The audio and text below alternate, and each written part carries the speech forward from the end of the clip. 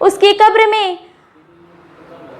جنت کی خوشبو اور اس کی نعمتیں آتی رہتی ہے، لیکن ایک منافق اور کافر شخص کی قبر ایسی ہوتی ہے جب وہ ان فرشتوں کے سوالات کے جوابات نہیں دیتا تو آسمان سے ندا آتی ہے کہ میرے اس بندے کے لیے جہنم کا لباس پہنا دو، بستر لگا دو، میرے اس بندے کے لیے جہنم کا بستر لگا دو، اسے جہنم کا لباس پہنا دو اور ایک جہنم کا دروازہ کھول دو۔ چنانچہ اس کی قبر میں جہنم کی گرم ہوا اور بدبو آتی رہتی ہے۔ اس کی قبر کو اتنا تنگ کر دیا جاتا ہے کہ اس کی پسلیاں آپس میں ایک دوسرے سے ملتی ہے۔ سامعات، عذاب قبر کا ذکر کرتے ہوئے زید بن ثابت رضی اللہ تعالی عنہ کہتے ہیں کہ ہم نبی کریم صلی اللہ علیہ وسلم کے ساتھ بنو نجار کے باغ میں تھے۔ آپ صلی اللہ علیہ وسلم کھچر پر سوار تھے۔ اچانک کھچر بدکنے لگا، قریب تھا کہ وہ آپ کو زمین پر گرا دیتا۔ ہم نے وہاں چند قبریں دیکھی۔ آپ صلی اللہ علیہ وسلم نے ان قبر والوں کے متعلق پوچھا کہ تم میں سے کون لوگ ان قبر والوں کو جانتا ہے؟ تو ایک شخص نے کہا ہاں میں جانتا ہوں۔ تو آپ صلی اللہ علیہ وسلم نے پوچھا یہ کب فوت ہوئے تھے؟ اس شخص نے کہا یہ شرک کی حالت ہی میں فوت ہو گئے تھے۔ تو آپ صلی اللہ علیہ وسلم نے کہا ان هذه الامة تبتلى في قبورها، ان لوگوں کو ان کے قبروں میں آزمایا جا رہا ہے۔ فلولا الا تدافنوا، اگر مجھے اس بات کا ڈر نہ ہوتا کہ تم اپنے مردوں کو دفنانا چھوڑ دو گے، لدعوت اللہ، تو میں اللہ رب العالمین سے دعا کرتا ان یسمعکم من عذاب القبر، کہ وہ تمہیں عذاب قبر کو سنائے، الذی اسمع منہ، جسے میں سنتا ہوں۔ سامعات، خلاصہ کلام یہ ہے کہ عذاب قبر برحق ہے۔ اس کا مزہ ہر اس شخص کو چکھنا ہے جو اس کا مستحق ہوگا، چاہے اسے زمین میں دفنایا گیا ہو یا سمندر میں پھینک دیا گیا ہو یا جلا کر راکھ کر دیا گیا ہو۔ یہی وجہ ہے کہ ہمیں ہر وقت عذاب قبر سے بچنے کی فکر کرتے رہنا چاہیے۔ حضرت برا بن عازب رضی اللہ تعالی عنہ کہتے ہیں کہ ہم نبی کریم صلی اللہ علیہ وسلم کے ساتھ ایک جنازے میں شریک تھے۔ آپ صلی اللہ علیہ وسلم قبر کے کنارے کھڑے ہو کر رو رہے تھے، یہاں تک کہ آپ کے سامنے کی مٹی گیلی ہو گئی۔ آپ صلی اللہ علیہ وسلم نے اس وقت کہا یا اخوانی لمثل ھذا فعدوا، اے میرے بھائیوں اس طرح کے دن کے لیے تم بھی تیاری کر لو۔ لہٰذا ہمیں زیادہ سے زیادہ صالح اعمال کرنے چاہیے، کیونکہ قبر ایک ایسی جگہ ہے جہاں انسان کو صرف اور صرف اس کے اعمال ہی کام آئیں گے، اس کا مال اور اہل و عیال کام نہیں آئے گا۔ جیسا کہ نبی کریم صلی اللہ علیہ وسلم کہتے ہیں یتبع المیت ثلاثۃ اہلہ ومالہ وعملہ، میت کے ساتھ تین چیزیں جاتی ہے، اس کا مال، اس کے اہل و عیال، اس کا عمل۔ فیرجع اثنان، دو چیزیں لوٹ آتی ہے، ایک چیز اس کے ساتھ باقی رہتی ہے۔ یرجع اہلہ ومالہ، اس کا مال اور اہل و عیال لوٹ آتے ہیں۔ ویبقى عملہ، اور اس کا عمل باقی رہتا ہے۔ لہٰذا ہمیں زیادہ سے زیادہ اس دعا کا اہتمام کرنا چاہیے، اللہم انی اعوذ بک من عذاب القبر، کیونکہ نبی کریم صلی اللہ علیہ وسلم ہر نماز کے بعد اس دعا کا اہتمام کیا کرتے تھے۔ ساتھ ہی ساتھ آپ صلی اللہ علیہ وسلم نے لوگوں کو بھی اس بات کی تاکید کی ایھا الناس استعیذ باللہ من عذاب القبر فإن عذاب القبر حق، اے لوگو تم اللہ رب العالمین سے عذاب قبر سے اللہ رب العالمین کی پناہ طلب کرو، فإن عذاب القبر حق، اس لیے کہ عذاب قبر برحق ہے۔ اسی طرح ہر روز رات میں سورۃ الملک کی تلاوت کرنا، کیونکہ نبی کریم صلی اللہ علیہ وسلم نے فرمایا جو شخص ہر روز رات میں سورۃ الملک کی تلاوت کرتا ہے اللہ رب العالمین اسے عذاب قبر کے فتنے سے محفوظ کر لیتا ہے۔ ناظرین اکرام، یہ تھا مرنے کے بعد کا پہلا مرحلہ، عذاب قبر کا مرحلہ۔ آئیے دیکھتے ہیں کہ مرنے کے بعد کا دوسرا مرحلہ کیا ہے۔ مرنے کے بعد کا دوسرا مرحلہ دوبارہ قبروں سے اٹھائے جانے کا مرحلہ ہے۔ اکثر لوگ اس چیز پر ایمان نہیں رکھتے کہتے ہیں بھلا سڑی گلی ہڈیوں کو کون زندہ کر سکتا ہے؟ جو مالک الملک ہمیں پہلی مرتبہ زندہ کرنے پر قادر ہے وہ ہمیں دوبارہ بھی زندہ کر سکتا ہے، جیسا کہ اللہ رب العالمین کا فرمان ہے اولم یر الانسان انا خلقناہ من نطفۃ فاذا هو خصیم مبین وضرب لنا مثلا ونسی خلقہ قال من یحیی العظام وہی رمیم قل یحیی الذی انشاها اول مرۃ وهو بکل خلق علیم، یعنی کیا انسان اتنا بھی نہیں جانتا انا خلقناہ من نطفۃ کہ ہم نے اسے ایک نطفے سے پیدا کیا، سو یکایک وہ جھگڑالو بن گیا، وضرب لنا مثلا وہ ہمارے لیے مثال بیان کرنے لگا، ونسی خلقہ اور اپنے ہی تخلیق کو بھول گیا، قال کیا کہنے لگا من یحیی العظام وہی رمیم بھلا کون سڑی گلی ہڈیوں کو زندہ کر سکتا ہے، قل کہہ دیجئے یحیی الذی انشاها اول مرۃ اسے وہ ذات دوبارہ زندہ کرے گی جس نے اسے پہلی مرتبہ پیدا کیا اور وہ پیدائش کو بخوبی جاننے والا ہے۔ جب انسانوں کو دوبارہ ان کی قبروں سے زندہ کیا جائے گا تو پھر تیسرا مرحلہ میدان محشر میں جمع کیے جانے کا مرحلہ آئے گا۔ اللہ رب العالمین کا فرمان ہے وَنُفِخَ فِي الصُّورِ فَإِذَا هُم مِّنَ الْأَجْدَاثِ إِلَىٰ رَبِّهِمْ يَنْسِلُونَ، جیسے ہی سور میں پھونک ماری جائے گی تو لوگ قبروں سے اٹھ کر تیز تیز اپنے رب کی طرف چلنے لگیں گے۔ سامعات، میدان محشر ایسی جگہ ہے جہاں لوگوں کو ننگے پاؤں، ننگے بدن اور غیر مختون حالت میں جمع کیا جائے گا۔ نبی کریم صلی اللہ علیہ وسلم فرماتے ہیں یحشر الناس یوم القیامت حفاة عراة غرلا، قیامت کے دن لوگ ننگے پاؤں، ننگے بدن اور غیر مختون حالت میں جمع کیے جائیں گے۔ حضرت عائشہ رضی اللہ تعالی عنہ کہتی ہیں میں نے نبی کریم صلی اللہ علیہ وسلم سے دریافت کیا اے اللہ کے نبی، مرد عورت ایک دوسرے کو دیکھیں گے؟ تو آپ صلی اللہ علیہ وسلم نے کہا اے عائشہ، اس دن کا معاملہ ایک دوسرے کو دیکھنے سے بھی زیادہ سخت ہوگا۔ میدان محشر میں لوگوں کو 3 گروہ میں جمع کیا جائے گا۔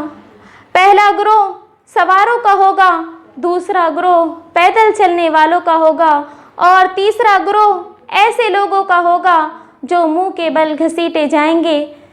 آپ صلی اللہ علیہ وسلم فرماتے ہیں تأتون یوم القیامت وعلی افواہکم الفدام، تم قیامت کے دن ایسے حالت میں آؤ گے کہ تمہارے منہ بند کیے ہوئے ہوں گے اور تمہارے بارے میں سب سے پہلے تمہاری ران بیان کرے گی۔ اللہ رب العالمین قیامت کے اس دن کا نقشہ کچھ اس طرح بیان کرتا ہے وَلَا يَسْأَلُ حَمِيمٌ حَمِيمًا، اس دن کوئی دوست کسی دوست کو نہیں پوچھے گا، حالانکہ وہ لوگ ایک دوسرے کو دکھلائے جائیں گے۔ گنہگار شخص چاہے گا وہ اپنے گناہ کے بدلے اپنے بھائی، اپنے بیٹے، اپنے بیوی، اپنے کنبے جو اسے پناہ دیا کرتا تھا اور زمین کی ہر چیز کو دے دینا چاہے گا تاکہ وہ اسے نجات دلائے، لیکن اللہ رب العالمین کہہ رہا ہے کلا انہا لظا، ایسا ہرگز بھی ممکن نہیں ہو سکے گا، نزاعۃ للشوا، یقیناً وہ شعلے والی آگ ہے۔ سامعات، میدان محشر ایسی جگہ ہے جہاں انسان اپنے اپنے اعمال کے مطابق پسینے میں شرابور ہوگا۔ نبی کریم صلی اللہ علیہ وسلم فرماتے ہیں قیامت کے دن لوگ اپنے اپنے اعمال کے مطابق پسینے میں شرابور ہوں گے۔ فَمِنْهُمْ مَنْ يَكُونُ عَلَى رُكْبَتَيْهِ، ان میں سے بعض کا پسینہ ان کے ٹخنوں تک ہوگا۔ وَمِنْهُمْ مَنْ يَكُونُ عَلَى كَعْبَيْهِ، بعض کا پسینہ ان کے گھٹنوں تک ہوگا۔ وَمِنْهُمْ مَنْ يَكُونُ عَلَى حِقْوَيْهِ، بعض کا پسینہ ان کے کوک تک ہوگا اور بعض کا پسینہ منہ تک ہوگا۔ میدان محشر ایسی جگہ ہے جہاں اللہ رب العالمین کے سامنے تمام لوگوں کو تنہا تنہا بلایا جائے گا، جیسا کہ اللہ رب العالمین کا فرمان ہے وَلَقَدْ جِئْتُمُونَ فُرَادًا، تم ہمارے پاس تنہا تنہا آؤ گے۔ وہ ایسا دن ہے جب لوگوں کی نگاہیں پھٹی کی پھٹی رہ جائیں گی، جیسا کہ اللہ رب العالمین کا فرمان ہے انما یؤخرہم لیوم تشخص فیہ الابصار، بے شک انہیں اس دن تک کے لیے مہلت دی گئی ہے جب کہ نگاہیں پھٹی کی پھٹی رہ جائے گی، دل حلق تک پہنچ جائیں گے، جیسا کہ اللہ رب العالمین کا فرمان ہے وَأَنذِرْهُمْ يَوْمَ الْآزِفَةِ إِذَا الْقُلُوبُ لَدَى الْحَنَاجِرِ، انہیں قریب آنے والی قیامت کے دن سے ڈراؤ جبکہ دل حلق تک پہنچ جائیں گے۔ اللہ رب العالمین زمین کو اپنی مٹھی میں لے لے گا، آسمان کو دائیں ہاتھ میں لپیٹ لے گا، پھر کہے گا انا الملک، میں ہوں بادشاہ، این ملوک الارض، کہاں ہے زمین کے بادشاہ۔ پھر تمام لوگوں کو اللہ رب العالمین کے سامنے اکٹھا کیا جائے گا، کسی شخص کی کوئی بھی بات پوشیدہ نہیں ہوگی، جیسا کہ اللہ رب العالمین کا فرمان ہے لا یخفی علی اللہ منہم شیء، ان میں سے کسی کی بھی کوئی بات اللہ رب العالمین پر پوشیدہ نہیں ہوگی۔ اللہ رب العالمین بندوں سے حساب و کتاب لینا شروع کرے گا۔ نبی کریم صلی اللہ علیہ وسلم فرماتے ہیں جب تک کہ قیامت کے دن 5 چیزوں کے متعلق لوگوں سے سوال نہیں کیا جائے گا، اس وقت تک کسی بھی شخص کو اللہ رب العالمین کے سامنے سے ہٹنے کی اجازت نہیں ہوگی۔ اس کی عمر کے بارے میں کہ اس نے اسے کہاں کھپایا، جوانی کے بارے میں کہاں گزارا، مال کے بارے میں کہاں کمایا اور کہاں خرچ کیا، علم کے بارے میں کہ اس پر کتنا عمل کیا۔ اس دن ایک کافر شخص کو بھی لایا جائے گا، اس سے پوچھا جائے گا کہ اگر تیرے پاس زمین بھر کر سونا آ جائے تو کیا تو اس کے بدلے اپنے نفس کو چھڑا لینا پسند کرے گا؟ تو وہ شخص کہے گا ہاں۔ اللہ رب العالمین کہے گا ہم نے تو تجھ سے اس سے بھی آسان چیز کا مطالبہ کیا تھا۔ لوگوں کے اعمال میں سے سب سے پہلے اس کی نماز کا حساب لیا جائے گا۔ اگر بندے کی نماز صحیح رہی تو وہ کامیاب، وہ کامران ہو گیا، اگر نماز ہی غلط رہی تو وہ ناکام، وہ نامراد ہوا۔ اگر فرض نمازوں میں کمی رہی تو اللہ رب العالمین کہے گا دیکھو کیا میرے بندے نے کوئی نفل نماز پڑھی ہے، پھر اس کی نفل نمازوں کے ذریعے سے اس کی فرض نمازوں کی ادائیگی کی جائے گی۔ عزیز سامعات، اس کے بعد حقوق العباد کا مرحلہ آئے گا۔ نبی کریم صلی اللہ علیہ وسلم کہتے ہیں جو شخص اس حالت میں مرا کہ اس کے ذمے کسی کا کوئی دینار یا درہم باقی رہا ہو تو قیامت کے دن اس کے نیکیوں کے ذریعے سے اسے پورا کیا جائے گا، کیونکہ وہ ایسا دن ہے جہاں کوئی دینار و درہم نہیں ہوگا۔ ایک مرتبہ نبی کریم صلی اللہ علیہ وسلم نے لوگوں سے پوچھا اتدرون ما المفلس، کیا تم جانتے ہو مفلس کون ہے؟ صحابہ کرام نے کہا مفلس وہ ہے جس کے پاس دینار و درہم نہ ہو، کوئی ساز و سامان نہ ہو۔ تو آپ صلی اللہ علیہ وسلم نے فرمایا قیامت کے دن میری امت کا مفلس وہ شخص ہوگا جو نماز، روزہ، صدقہ و خیرات تمام اعمال لے کر آئے گا، لیکن اس نے کسی پر بہتان باندھا ہوگا، کسی کا مال ہڑپ کر لیا ہوگا، کسی کو برا بھلا کہا ہوگا، کسی کو گالی دی ہوگی، کسی کو مارا ہوگا۔ چنانچہ ان تمام لوگوں کے حقوق کے بقدر اس شخص کی نیکیاں ان لوگوں کو دے دی جائے گی۔ اگر نیکیاں ختم ہو گئی، حقوق باقی رہ گئے تو پھر ان لوگوں کے گناہ اس شخص پر لاد دیے جائیں گے اور اس شخص کو گھسیٹ کر جہنم میں لے جایا جائے گا۔ اللہ اکبر۔ سامعات، جب سوال و جواب کا مرحلہ ختم ہو جائے گا، حساب و کتاب لوگوں سے لے لیے جائیں گے، اس کے بعد نام اعمال دیے جانے کا مرحلہ آئے گا۔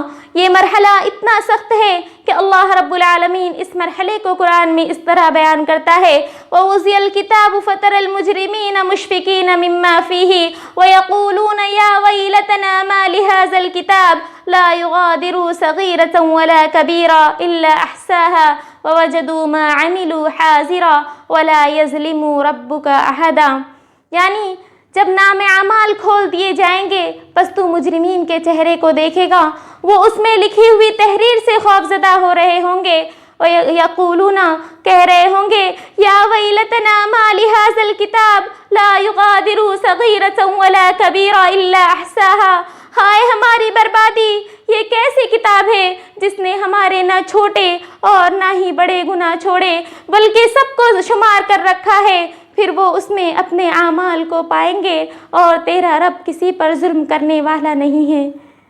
نام اعمال کا وہ دن ایسا ہوگا جب لوگ دو حصے میں بٹے ہوئے ہوں گے۔ بعض لوگوں کو ان کا نام اعمال ان کے داہنے ہاتھ میں دیا جا رہا ہوگا۔ وہ لوگ مارے خوشی کے کہہ رہے ہوں گے، لو میرا نام اعمال پڑھو۔ انی ظننت انی ملاق حسابیہ، مجھے تو یہی کامل یقین تھا کہ مجھ کو میرا حساب ملنا ہی ہے۔ لیکن بعض لوگ ایسے بھی ہوں گے جن کو ان کا نام اعمال ان کے بائیں ہاتھ میں دیا جا رہا ہوگا۔ وہ لوگ مارے افسوس کے کہہ رہے ہوں گے، یا لیتنی لم اوت کتابیہ ولم ادری ما حسابیہ، کاش مجھ کو میرا نام اعمال ہی نہ دیا جاتا، نہ ہی میں اپنا حساب جانتا۔ یا لیتہا کانت القاضیہ، کاش موت میرا کام تمام کر دیتی۔ ما اغنی عنی مالیہ، نہ مجھ کو میرے مال نے فائدہ دیا۔ ہلک انی سلطانیہ، اور میری سلطنت بھی جاتی رہی۔ سامعات، جب نام اعمال کا یہ مرحلہ طے ہو جائے گا، پار ہو جائے گا، اس کے بعد پل صراط کا مرحلہ آئے گا۔ پل صراط قیامت کے دن ایک نہیں بلکہ دو ہوں گے۔ ایک پل صراط ایسا ہوگا جس پہ سے ہر کسی کو گزرنا ہے، چاہے وہ مومن ہو، منافق ہو، کافر یا مشرک، ہر شخص کو گزرنا ہے، جیسا کہ اللہ رب العالمین کا فرمان ہے، وَإِن مِّنكُمْ إِلَّا وَارِدُهَا كَانَ عَلَىٰ رَبِّكَ حَتْمًا مَّقْضِيًّا، تم میں سے ہر کوئی وہاں پر وارد ہونے والا ہے، اور یہ تیرے رب کے جانب سے حتمی فیصلہ ہے۔ نبی کریم صلی اللہ علیہ وسلم سے صحابہ کرام نے دریافت کیا، مل جسر، پل کیا چیز ہے؟ تو آپ صلی اللہ علیہ وسلم نے بتایا، وہ گرنے اور پھسلنے کی جگہ ہے جس میں آکس اور آنکڑے ہوں گے، چوڑے چوڑے کانٹے ہوں گے جن کے سر سعدان کے خمدار کانٹوں سے بنے ہوئے ہوں گے جو نجد میں پائے جاتے ہیں۔ اہل ایمان اس پل سے پلک جھپکنے کے برابر تیز رفتار گھوڑے کی طرح گزر جائیں گے۔ بعض لوگ ایسے بھی ہوں گے جو آسانی سے اس پل کو پار کر لیں گے، اور بعض لوگ ایسے بھی ہوں گے جو جہنم کی آگ سے جھلستے ہوئے اس پل کو پار کریں گے، اور آخر میں ایک شخص ایسا بھی آئے گا جو گھسٹتا ہوا اس پل کو پار کرے گا۔ حدیث میں آتا ہے کہ پل صراط کو صرف مومنین ہی پار کر سکیں گے۔ جب یہ اہل ایمان مومنین اس پل کو پار کر لیں گے، اس کے بعد دوسرے پل پر ان کو بلایا جائے گا جہاں حقوق العباد کا قصاص لیا جائے گا۔ جب مومنین تمام حقوق اور تمام گناہوں سے پاک و صاف ہو جائیں گے، اس کے بعد انہیں جنت میں جانے کی اجازت دی جائے گی۔ سامعات، یہ تھے مرنے کے بعد کے چند مراحل جس سے ہر انسان کو گزرنا ہے۔ ہم میں سے جو کوئی ان تمام مراحل پر ایمان و یقین رکھتا ہے، کیا بھلا وہ ایک لمحے کے لیے، ایک پل کے لیے بھی ان چیزوں سے غافل ہو سکتا ہے؟ نہیں، ہرگز نہیں۔ حضرت عمر رضی اللہ تعالی عنہ کہا کرتے تھے، حاسبوا قبل ان تحاسبوا، تم اپنا محاسبہ کرو اس سے پہلے کہ تم سے حساب لیا جائے۔ آئیے ہم اپنا محاسبہ کرتے ہیں، کیا ہم نے عذاب قبر سے بچنے کے لیے، پل صراط کو پار کرنے کے لیے، نام اعمال اپنے ہاتھوں میں لینے کے لیے اپنے آپ کو کتنا تیار کیا ہے؟ اگر ہم اب تک غفلت کی نیند میں سو رہے تھے تو اب بھی وقت ہے، کیونکہ زندگی چند روزہ ہے، موت کا کوئی بھروسہ نہیں۔ ہر انسان کو موت کا مزہ چکھنا ہے، اور آخرت کی زندگی ہی ہمیشہ ہمیش رہنے والی ہے۔ آخر میں اللہ رب العالمین سے دعا ہے، یا الہ العالمین تو ہمیں زیادہ سے زیادہ نیک اعمال کرنے کی توفیق عطا فرما، آمین۔ اللہم انی اعوذ بک من عذاب القبر، وآخر دعوانا الحمد للہ رب العالمین، والسلام علیکم ورحمۃ اللہ وبرکاتہ۔